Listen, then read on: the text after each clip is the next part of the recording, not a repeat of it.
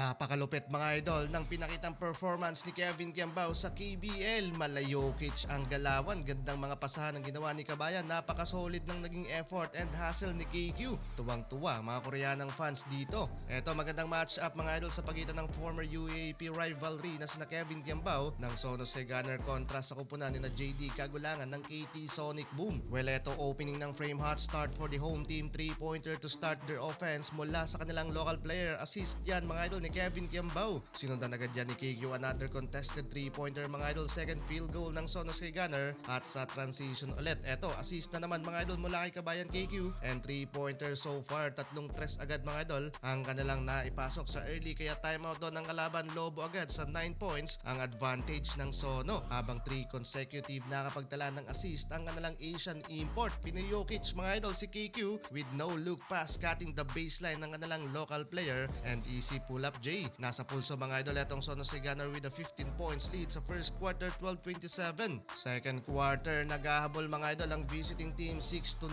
run mga idol ang kanilang naikamada mula sa back-to-back turnovers ng Sono na kanila namang nakapitalize mga idol to cut the lead down by 9 points. Na pressure pa mga idol si KQ, supalpal lang inabot sa kalabang Koreano. Anyari lumuwag yata ang depensa ng home team, halos pumaldo mga idol sa turnover dito sa first 5 minutes ng second quarter. Kaya baba pa sa 4 na puntos ang kalamangan ng home team pero under 3 minutes muling nagparamdam si Kevin Kiambao sa kanilang opensa. Highly contested mid-range shot and Malayokic na fake and no look pass para sa kanilang local player. In control pa rin mga idol ang Sonos Gunner sa pagtatapos ng first half. 5 points lead mga idol, 40-45. 7 points, 2 rebound and 7 assist para kay KQ. Nagsimula na naman mga idol sa Sonos Gunner ang opensa sa pagsisimula ng second half. 3-pointer mula sa kanilang local player to start this third quarter. 5-0 run pa ang ginawa dyan ng home team. KQ cutting the baseline and layup kontra sa tatlong pantay. Kaya lobo sa double digit ang kanilang advantage.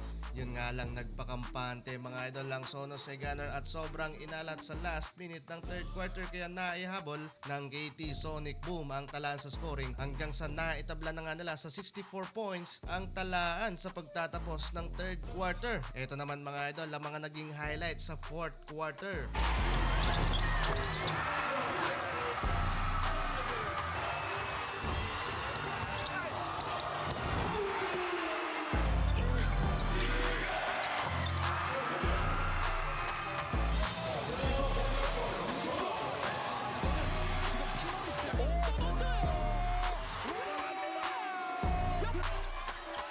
석점 시도인데요. 외곽 석점을 파냅니다. 더블팀 외곽에서 템po